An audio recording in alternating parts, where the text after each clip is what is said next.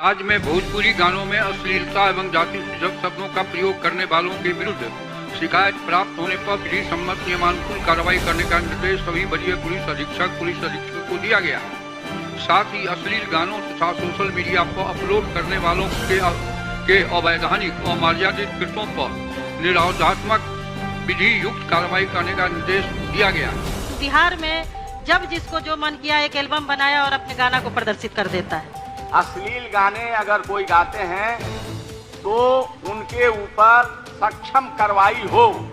इन्होंने अश्लील गानों को लेकर खेसारी लाल यादव, पवन सिंह के साथ साथ चंदन चंचल भी जाएंगे जेल। तो क्या है खबर इस वीडियो में हम जानने वाले। तो वैसा अगर आप पावर स्टार पवन सिंह के सच्चे फैन हैं तो चैनल को सब्सक्राइब करके एक छोटा सा कमेंट ज़रूर कर देना। बेशक अगर बात की जाए तो आज की डेट में अगर देखा जाए तो अश्लील गानों का ट्रेंड चल रहा है। बेशक अगर जो भी सुपरस्टार नहीं बन पाते, जो भी नए सिंगर आते हैं सुपरस्टार नहीं बन पाते, वो सोचते हैं कि सामने वाले बंदे ने अश्लील गाना गाया तो हम भी इस गाने को इसी प्रकार से गाएंगे और हो सकता है कि हम मार्केट में हमारा गाना हिट हो जाए और हम भी एक सुपरस्टार बन जाएंगे।